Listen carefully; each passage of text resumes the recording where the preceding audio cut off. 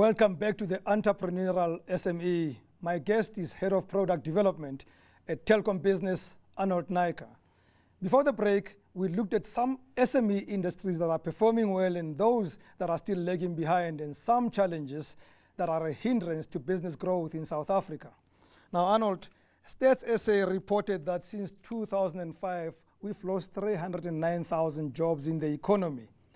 Could that have an impact on SMEs and their growth?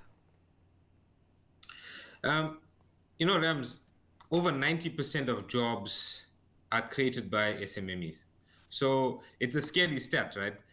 Because you'd wonder where those jobs are coming from. They could be because SMEs are actually closing down, which means that there is a increased rate of SMEs actually closing down. But I think one of the fundamental points that we could drive in is if those jobs are actually coming from corporate, then there's a fundamental large amount of skill being thrown into the market, and it could really contribute to the state of small and medium business in terms of the skills, in terms of the mindset, and essentially that sort of education that only being employed and working in a corporate could bring to an SME. So there is a flip side of the coin as well. The flip side, though, comes with other constraints, Arnold. If somebody got retrenched and they lost their job, they had to get into a space where they start their own business. It's going to need finance, the one part that you mentioned much earlier in our conversation. Yes, so there's a couple of things that are out there that actually make sense for small and medium business. Now, I've been looking at that finance perspective. So if you've got an idea, and if you've got some sort of a solution that you want to offer to small and medium to customers, acquiring a customer, I think, first is more important than actually having the finance to do it. Now, there are programs like such that we offer, like Future Makers, where it's an innovation hub that allows small, or rather, let's call it entrepreneurs, budding entrepreneurs, to come in and cultivate their ideas. Getting to one of those programs might help to cultivate your idea and sort of generate it into a bigger one. When you are ready to expand, that's when funding comes into play. Often, a lot of times, entrepreneurs go in and they say, look, I need money first, to open up a business. They take the funding, invest it in patenting, invest it in setting up costs, invest it in a whole lot of other stuff. But then when they actually acquire the customer, they have no money to service the customer because the funding is gone, right? Yep. So the idea is get a customer first, find out what that market requires. And once you acquire the customer data, the customer information, and have a base of customers that you could actually service, you start cultivating your idea through an innovation hub of sorts, and then start acquiring funding to roll out your idea. Now, that could be the fundamental. Yeah. Sorry about that. Some more research shows that countries like India, Kenya, Colombia, and Brazil are doing exceptionally well in that space. They're growing so well in that space.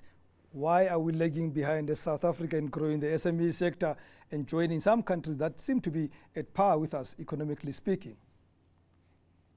So I think there's several fundamental factors.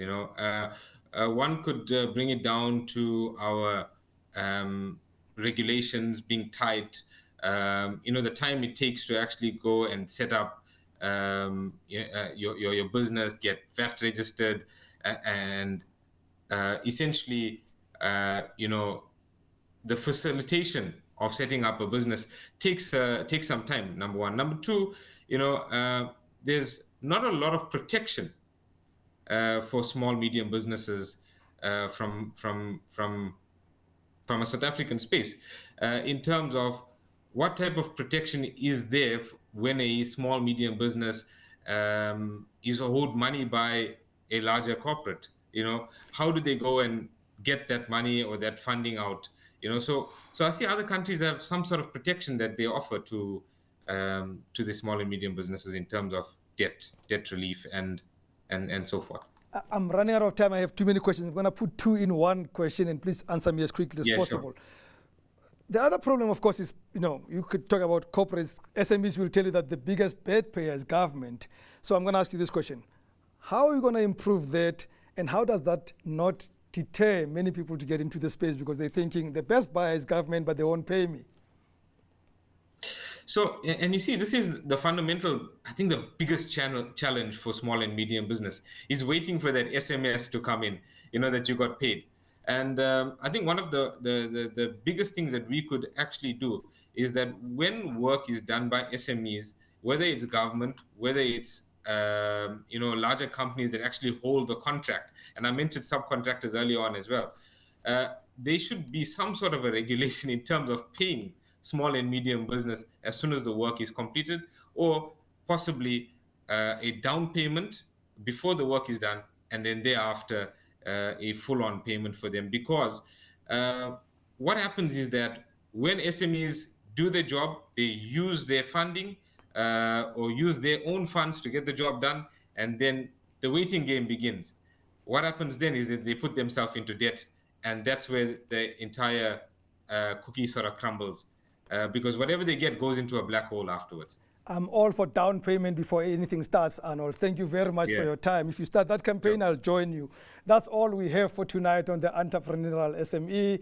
From me, Rems Mabote, good night and God bless.